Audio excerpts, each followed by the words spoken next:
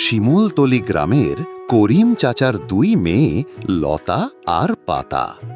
দুজনেরই বিয়ের বয়স হয়েছে, কিন্তু দুজনেই একে অপরকে ছাড়া এক মুহূর্ত ভাবতেও পারে না। লতা, তুই জানিস পাড়ার মেয়েরা বলে এবার তোর বিয়ে হয়ে যাবে। তোরও তো বয়স কম না রে, তোরও খবর শিগগিরই আসবে। লতা, আমরা যদি আলাদা হয়ে যাই তুই আমার সঙ্গে কথা বলবি তো? পাগলি, কেউ কি নিজের প্রাণ ছাড়া থাকতে পারে? আমার দুই মেয়ে কই? ও লতা, পাতা, আয় তোর এইদিকে আয়। ব্যাগ, তোদের জন্য হাট থেকে কি এনেছি। এত জোরে জোরে ডাকছো যে বাবা, কই কি এনেছো দেখি? তোদের দুই বোনের জন্য দুটো শাড়ি কিনে এনেছি রে মা। বাবা, কতবার বলেছি শুধু শুধু টাকা খরচা করো না। পাতা তো এখন বড় হয়ে গেছে, ওকে তো বিয়ে দিতে হবে। আহ বুবু, এইভাবে কেন বলছো? শোনো, আমার একারই বিয়ে হবে আর তোমার বিয়ে হবে না? তোমার বিয়ে তো আমার আগেই হবে বুবু। আমি কখনো বিয়ে করব না। আমি যদি বিয়ে করে চলে যাই তাহলে বাবাকে দেখবে কে? আমরা দুজন ছাড়া বাবার তো আর কেউ নেই। তোরা দুজনই এখন বিয়ের যোগ্য হয়েছিস মা। আমি চাই দুজনেরই বিয়ে হয়ে যাক। বাইরে দাঁড়িয়ে দাঁড়িয়ে অনেক কথা হয়ে গেছে। চলো তো এবার ভিতরে চলো, খেয়ে নেবে চলো। এই যে পাকা বড়ি, তুইও চল, খেয়ে নিবি। হিরে হাসেম, চললি কোথায়? আজকাল তো তোর কোনো দেখাই পাওয়া যায় না। কোথায় যাচ্ছিস তুই? কোথায় আর যাব, বাড়িতে আজ কাজের লোকটা আসেনি, আর তাই হোটেলে যাচ্ছি ভাত খেতে। তা চাচা, আপনি কেমন আছেন? আমি আছি ভালোই। আচ্ছা, এইভাবে আর কতদিন চলবে বলো তো? বাইরে বাইরে আর কত খাবি? এবার একটা বিয়ে শাদী কর। কি যে বলেন চাচা, আমার মা বাবা কেউ নাই, এরকম একটা এতিম ছেলের কাছে কে মেয়ে বিয়ে দেবে? এটা কেমন কথা রে? যাদের মা বাবা নেই তারা কি কখনো বিয়ে শাদী করে না, সংসার করে না? দাঁড়া দাঁড়া, আমি আজকেই তোর বিয়ের ব্যাপারে কথা বলবো। কি বলেন চাচা, কার সাথে বিয়ের কথা বলবেন? দেখ, তোর বাবা আমার ছোটবেলার খুব ঘনিষ্ঠ বন্ধু। আমরা একসাথে বড় হয়েছি। তোর মা বাবা নেই তাতে কি? আমার তো একটা দায়িত্ব আছে। আমি তোর জন্য একটা মেয়ে ভেবে রেখেছি।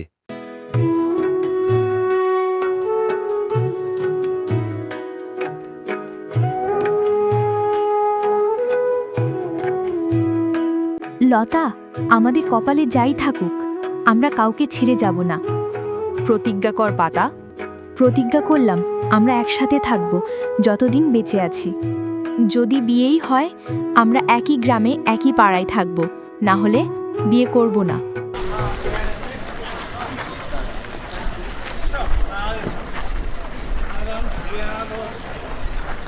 করিম ভাই, আসলে আজ একটু বিশেষ কথা বলার জন্যই ডেকেছি।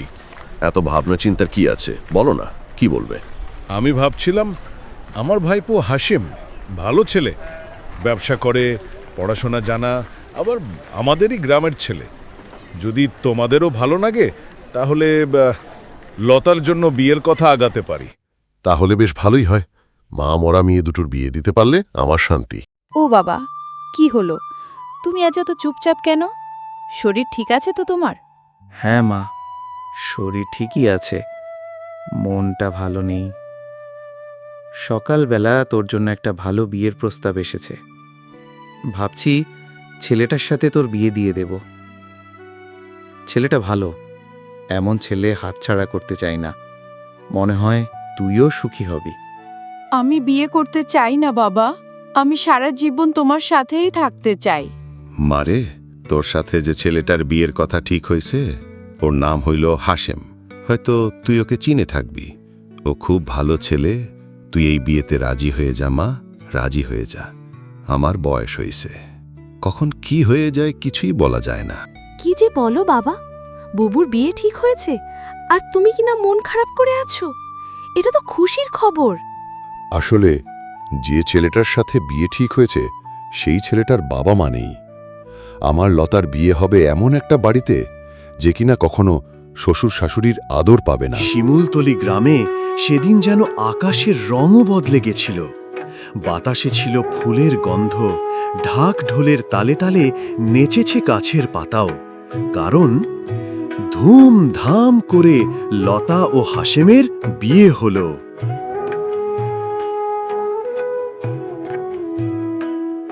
ওগো, কোথায় গেলে?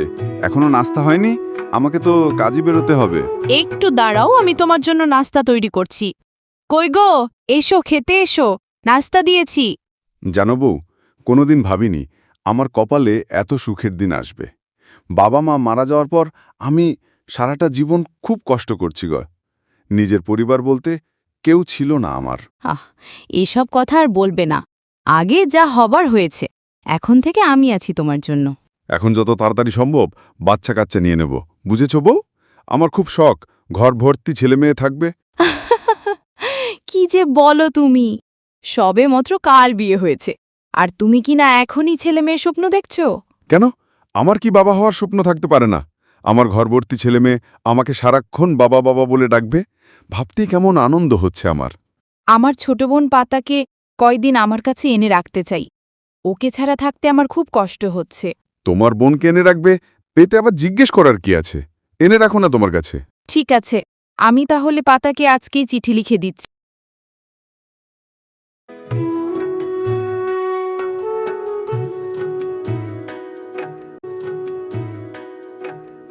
বুবু, ও বুবু, দেখো আমি এসেছি।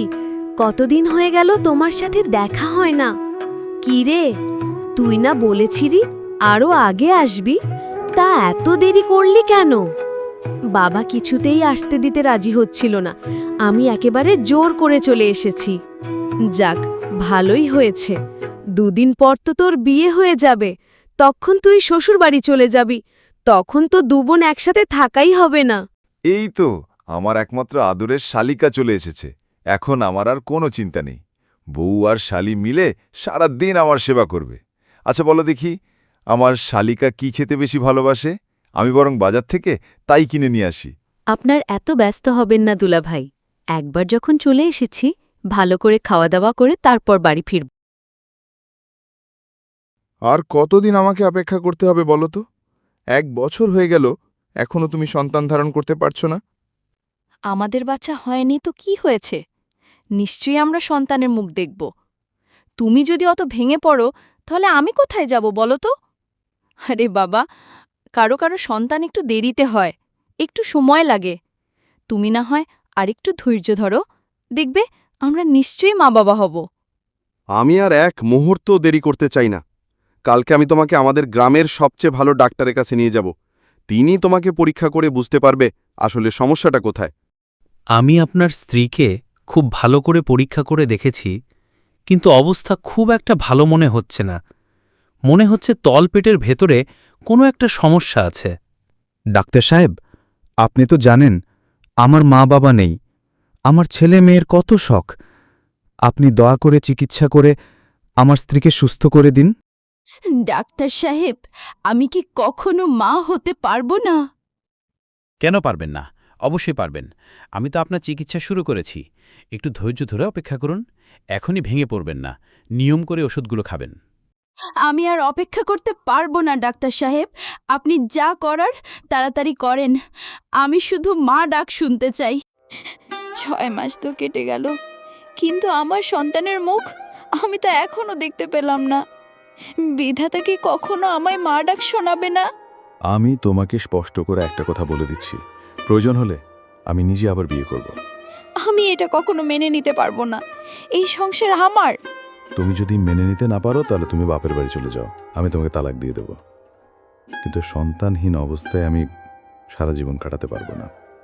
তুমি আমার এত বড় সর্বনাশ করো না, আমি কিছুতে মেনে নিতে পারবো না। দেখো লতা, তুমি তো জানো আমার সন্তানের কত শখ। নিঃসন্তান অবস্থায় আমি এভাবে থাকতে পারবো না। ঠিক আছে, আমি আমাকে দ্বিতীয় বিয়ে দেব, তবে এক শর্তে। তুমি যদি আমার বোনকে বিয়ে করো তবেই কেবল আমি এই বিয়েতে রাজি। ছি, এসব কি বলছো তুমি? তোমার বোনকে আমি আমার নিজের বোনের মতো দেখি। আমি আমার সংসারের ভাগ কাউকে দিতে পারবো না। যদি আমার বোন এই সংসারে আসে, আমরা 2 বোন মিলেমিশে থাকব, আর যার সন্তান হবে আমরা 2জন মিলে ওকে মানুষ করব। আচ্ছা ঠিক আছে, আমি তোমার বিয়ের প্রস্তাবে রাজি আছি। কোথায় গেলে বউ? আমি বাড়ি ফিরেছি কোনো দেখা নেই। গেলে কোথায় সব? হ্যাঁ বলো, কি বলবে? এই তো আমি এখানে। তোমাকে কতবার বলেছি আমার সামনে আসবে না? তোমার মতো অপয়া অলক্ষীর মুখ আমি দেখতে চাই না। বাড়িতে ঢুকে তোমার মুখটা প্রথমে দেখলেই আমার দিনটা খারাপ যায়। ওগো, তুমি এসেছো? বাজারের ব্যাগ আমার হাতে দাও। চলো, ভেতরে চলো, আমি তোমার জন্য রান্না করেছি। খাবে এসো? আজকাল আমার বিশ্বাস করতে কষ্ট হয় যে তুই আমার নিজের মায়ের পেটের বোন। আমি তোকে এই বাড়ির বউ করে এনেছি, আর তুই কি না আমার সাথে এমন ব্যবহার করছিস? তুমি আমাকে এই বাড়ির বউ করে এনেছো বাবু, কারণ তোমার সন্ধান ধারণের ক্ষমতা নেই, আর তাই তুমি আমাকে তোমার সতীন বানিয়েছ। আমি নিজের ইচ্ছা এখানে আসিনি, কথাটা তুমিও ভুলে যেও না। কই গো, শুনছ? তোমার জন্য দারুণ একটা সুখবর আছে। আমি মা হতে চলেছি, আর তুমি বাবা। সত্যি বলছো বউ? আমি তো আমার নিজের কানকে বিশ্বাস করতে পারছি না। আজ আমি দারুণ খুশি। বলো বউ, তুমি কি চাও? তুমি যা চাও তাই পাবে। আমি চাই তুমি লতাকে এই বাড়ি থেকে বের করে দাও। সে তো আমি দিতেই পারি, কিন্তু এ সময় তোমার বেশি কাজ করা ঠিক হবে না। ও থাকুক, বরং তোমার সব কাজ ওই করবে।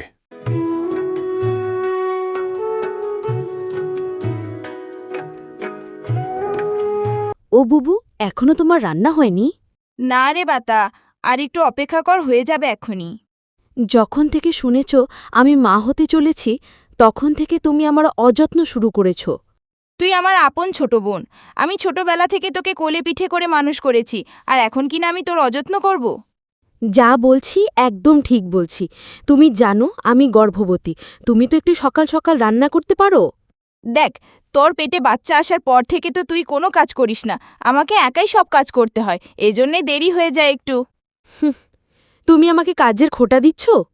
না, আমি কখন তোটে খোটা দিলাম? কই গেলি হাসেম? এই দেখ, তোর চাঁদের মতো ফুটফুটে একটা মেয়ে হয়েছে। সত্যি মেয়ে হয়েছে? কই দাও, আমার মেয়েকে আমার কোলে দাও। আর আমার বউ পাতা, ও কেমন আছে? তোর বউয়ের অবস্থা খুব একটা ভালো না। লতা, তোমার বোনের অবস্থা খুব একটা ভালো না। সেই শেষবারের মতো তোমার সাথে কথা বলতে চায়। ঠিক আছে দাইমা, আমি যাচ্ছি আমার বোনের ঘরে। আমি শুনতে চাই ও আমাকে কি বলতে চায়।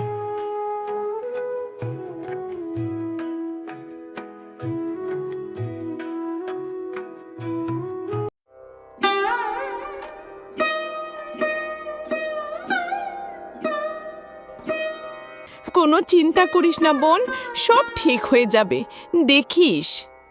বুবু, আমি আমার মেয়েকে তোমার কোলে দিয়ে গেলাম। তুমি মানুষের মতো মানুষ করো। আমি বেঁচে থাকতে তোর কিচ্ছু হবে না বোন। না না, আমি তোমার সাথে অনেক খারাপ ব্যবহার করেছি। ঈশ্বর আমাকে শাস্তি দিচ্ছেন। আমি জানি তুমি আমার মেয়েকে নিজের মেয়ের মতোই ভালোবাসবে। এখন আমার আর কোনো আফসোস নেই।